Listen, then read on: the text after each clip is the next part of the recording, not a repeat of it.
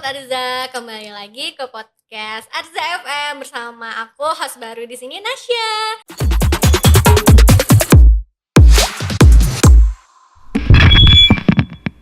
Dan kita juga kedatangan dokter gigi baru hari ini, yaitu dokter gigi Putri Nazmi. Hai, halo Sobat Arza, kenalkan saya dokter gigi Putri Nazmi. Kira-kira dalam beberapa bulan bekerja di sini gimana nih dok perasaannya? Alhamdulillah senang banget sih karena saya kayaknya udah sekitar hampir mau 2 bulan ya sebenarnya udah kerja di Arza. Senang banget lingkungannya, terus semua partner rekan kerjanya juga sangat-sangat menyenangkan. Top Marco top, memang Arza tuh best. Jadi hari ini kita mau bahas temanya tentang gigi anak-anak nih dok. Oke, Jadi tentang kesehatan gigi anak ya kan Nasya. Betul, ada beberapa pertanyaan dari Sobat Arza, yaitu kira-kira anak-anak itu tumbuh giginya dari umur berapa dok? Oke Sobat Arza, jadi gigi itu ada 2 jenis ya. Ada gigi susu yang pertama dan yang kedua ada gigi permanen. Nah untuk gigi susu itu tumbuhnya itu pada usia kurang lebih 6 bulan dan akan tumbuh komplit sempurna itu pada usia 30 bulan atau 3 tahun. Kemudian untuk gigi permanennya itu bakalan tumbuh pada usia sekitar 6-7 tahun. Begitu kan Asya? Oke, kira-kira tanda gigi anak-anak itu mulai tumbuh gimana tuh dok? Nah ini juga sering banget nih karena saya ditanyain sama ayah bunda untuk beberapa tanda dan gejalanya.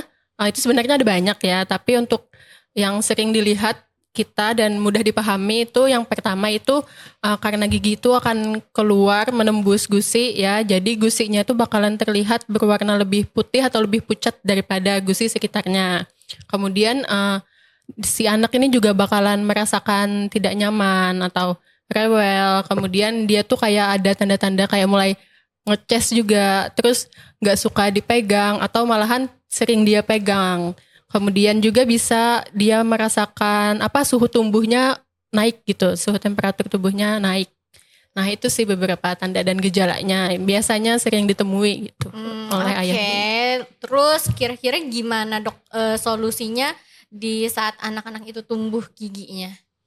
Biasanya kalau dia suhu tubuhnya agak naik ya temperaturnya itu bisa diminumin obat antipiretik atau penghilang atau penurun panas. Pokoknya bisa jenis apa aja yang penting mengandung paracetamol.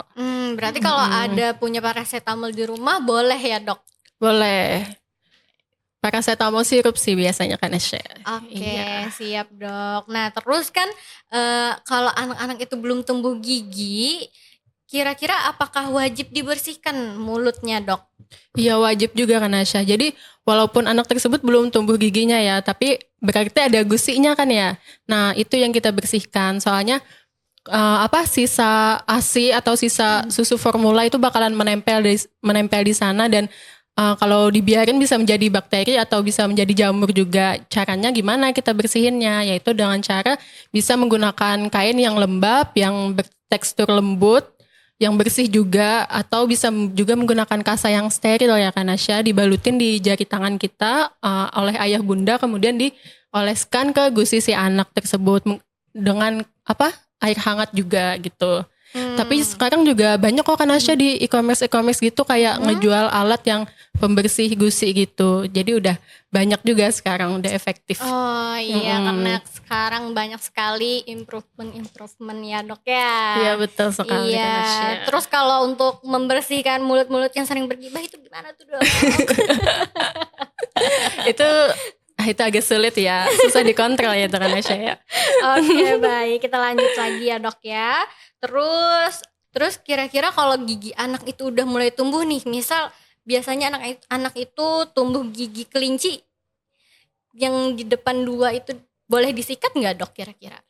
Tentu saja boleh disikat kan Asya, sedangkan yang tadi aja nggak ada giginya aja perlu dibersihkan ya, apalagi yang sudah ada giginya, yang sudah mulai tumbuh giginya. Bisa disikat menggunakan sikat gigi dan pasta gigi yang juga sesuai dengan seusianya dia gitu. Oke, kira-kira ada pasta khusus buat anak-anak ya dok ya? Betul kan Asya. Sebenarnya pasta khusus tuh enggak juga sih kan Asya. Yang penting dia mengandung fluoride gitu untuk memproteksi si gigi yang akan tumbuh ini dari bakteri gitu. Oke. Juga disesuaikan kan Asya untuk pemakaiannya. Kalau anak-anak cukup sebiji beras aja. Sebiji beras. Kalau dewasa kan sebiji jagung Ya ya. betul kan Asya. Oke. Jadi kalau misalkan tertelan oleh anak tersebut itu masih dalam dosis yang nggak apa-apa gitu. Udah ada penelitiannya kalau dalam dosis segitu masih aman aja batas ambangnya untuk tertelan gitu. Oke, siap. Terus kalau untuk batas aman mencintainya dong.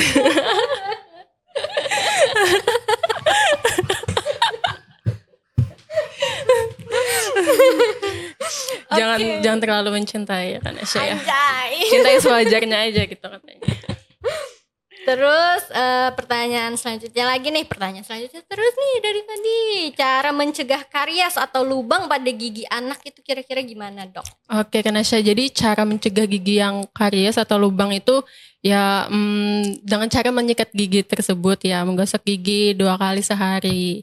Kemudian kalau anak kecil ya tapi masih harus didampingi juga dengan orang tua. Terus dibatasin juga untuk mengkonsumsi makanan yang manis-manis yang banyak mengandung gula. Contohnya itu seperti kue, permen, yang makanan yang manis-manis yang lengket-lengket. Dan juga si anak itu rutin diajak cek ke dokter gigi gitu. Jadi sehingga pada saat dokter gigi melihat wah ini udah ada karies nih, udah ada lubang, saatnya ditambal atau misalnya ada bengkak giginya harus diobatin dulu. Jadi bisa dicegah sedini mungkin untuk kerusakan yang lebih banyak gitu. Oke, baik dok. Kan biasanya anak-anak ini takut ke dokter gigi. Kira-kira menurut dokter Putri sendiri gimana caranya ayah dan bunda ini untuk membiasakan anak-anak datang ke dokter gigi dok? Nah itu ada peran dari orang tua juga sih yang sangat penting ya, selain peran dari dokter gigi. Jadi orang tua ini sebagai panutan bagi si anak kan ya, dia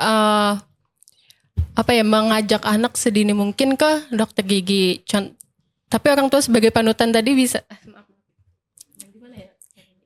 ya mungkin bisa caranya dengan mengajak waktu ayah ibunya datang ke dokter gigi ya dok ya, ngeliatin aja terus masuk ke ruangan juga kayak gitu. Jadi anaknya nggak berpikir bahwa ke dokter gigi semenyeramkan itu. Iya betul kan Asya. Jadi dia juga udah mulai dari kecil tuh beradaptasi dengan lingkungan dokter gigi. Udah tahu ngelihat alat-alatnya, ngelihat kursi gigi, ngelihat ruangannya kayak gimana gitu. Iya, jadi nggak kaget waktu sakit gigi tiba-tiba datang ke dokter gigi terus melihat alat-alatnya, oh my god itu tang besar sekali. Ternyata itu bukan tang sih sebenarnya.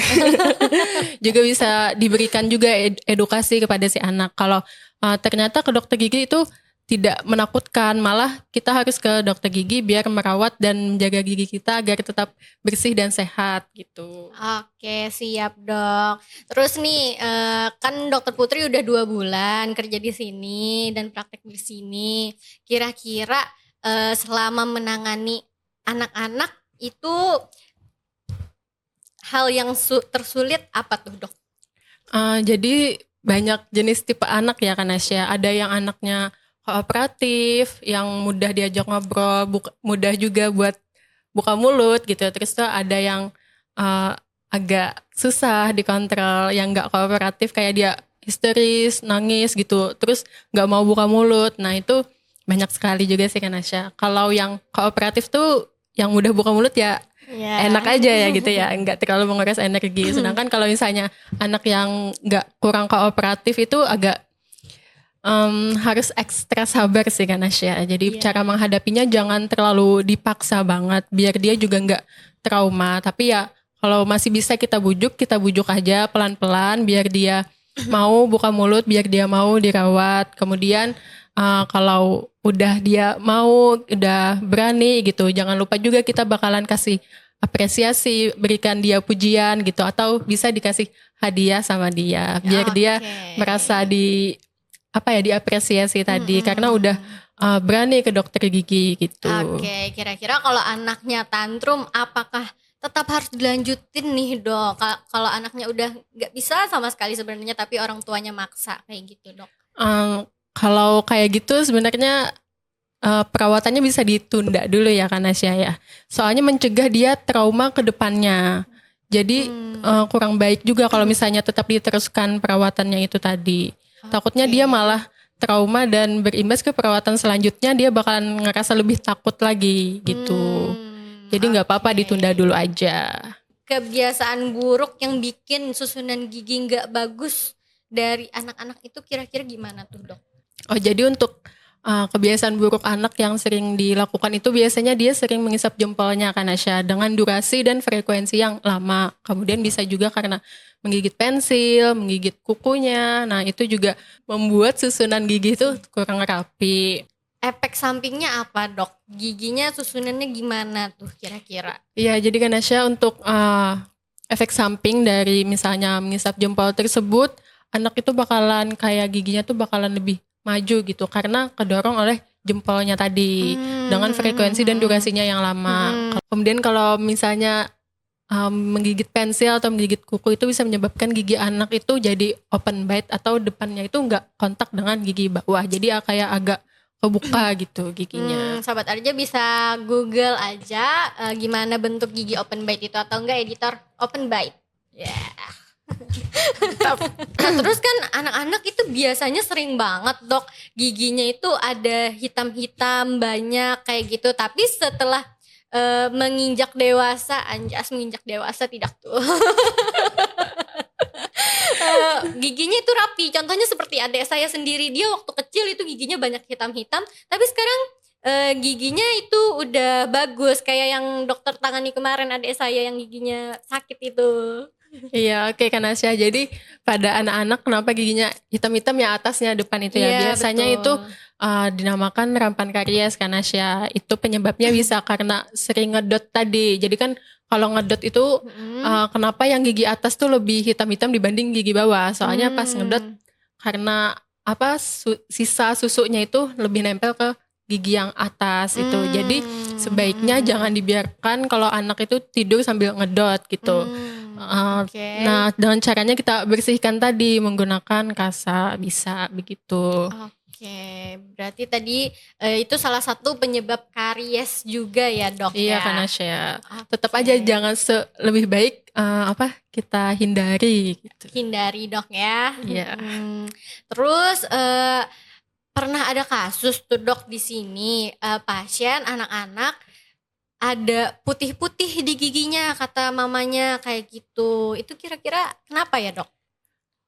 Putih-putih di giginya bisa karena itu white spot atau memang itu karies kan Asya? Oke, white spot itu apa tuh dok kira-kira?